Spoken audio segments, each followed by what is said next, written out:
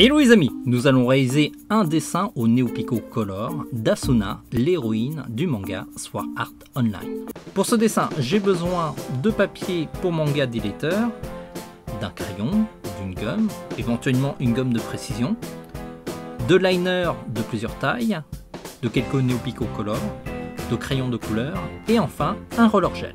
Je commence par schématiser le visage par un cercle, puis je l'allonge et je détaille petit à petit le reste. Alors c'est une série de dessins Neopico Color. La plupart des constructions sera à peu près toujours la même chose.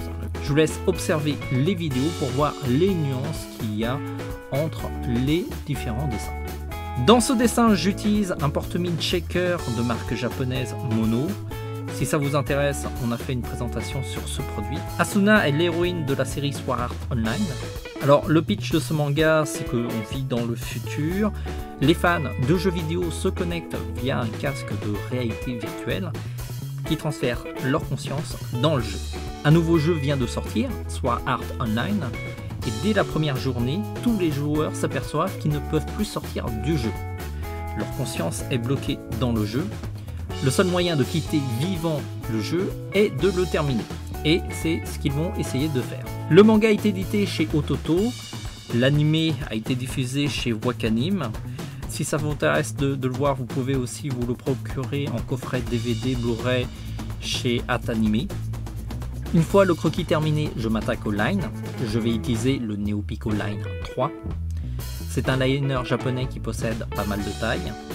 Je commence par le cadre avec le liner le plus gros, le 2.0. Ensuite, je réalise le line du personnage avec un liner de taille 0.5. Ce n'est pas le liner le plus fin qui existe. Il existe des liners encore plus fins comme le 0.03. Alors j'ai choisi le 0.5 parce que je trouvais que les traits se voyaient beaucoup mieux sur les vidéos. Je vous recommande la taille 0.2 ou la taille 0.3 si vous débutez. Sinon, si vous avez plus de moyens, le top c'est quand même d'avoir un set de plusieurs tailles de liner, c'est toujours utile. N'hésitez pas à jouer avec les épaisseurs. D'ailleurs, je termine le dessin par un cernage avec un liner de taille 0.8. Une fois le line terminé, je gomme grâce à une gomme en bloc. Je vous conseille la gomme Dust Free de Faber-Castell ou la gomme japonaise Mono. Alors gommez soigneusement pour ne pas oublier des zones au crayon, sinon durant la colorisation vous risquez de faire baver le crayon. Alors c'est pas très grave si vous n'avez pas trop appuyé sur votre crayon à un certain endroit, mais si vous avez mis trop de crayon sur votre croquis, ça peut être embêtant lors de la colo. J'enchaîne par la colorisation au Neopico Color. Alors c'est un feutre japonais avec une pointe pinceau et une pointe fine. C'est un feutre que j'aime beaucoup car c'est un feutre qui n'a pas la grosse mine biseautée qui, soyons honnêtes, n'est pas souvent utilisée, à part chez les dessinateurs hyper expérimentés. Sinon, pour la plupart, on l'utilise assez rarement. La pointe fine est très utile pour les détails et la pointe pinceau, c'est plus pour les grandes surfaces et faire des effets. On a aussi fait une présentation de ce produit, si ça vous intéresse. Cliquez sur ce cadre. Autre avantage du Neopico Color, c'est le feutre professionnel à pinceau qui est largement moins cher que son concurrent, le Copic. Et puis c'est un produit d'une très grande qualité. Alors d'habitude, je vous conseille de prendre du papier layout pour les travaux au feutre, mais pour cette série de dessins au Neopico Color, je vais utiliser du papier manga d'éditeur. Alors ça a des avantages et des inconvénients.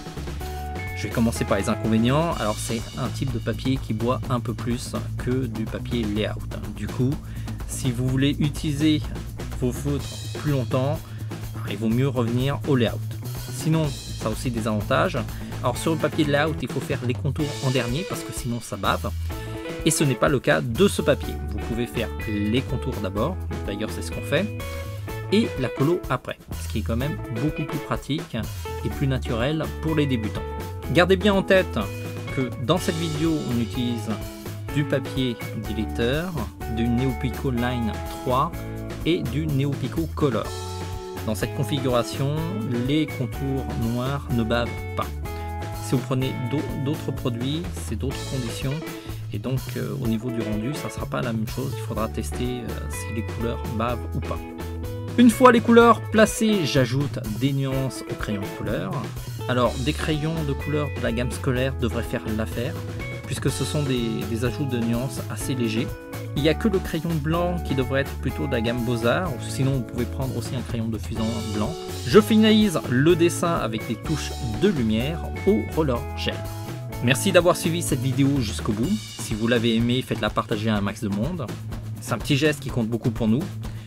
Vous pouvez aussi vous abonner à notre chaîne YouTube. Sinon, tous les produits de notre vidéo sont disponibles dans notre boutique. Alors, vos achats, c'est un soutien précieux qui nous permet de nous financer et on peut ainsi continuer à faire vivre le site, à créer plus de contenu et que tout ça soit accessible gratuitement. On se dit à très vite. En attendant, dessinez bien!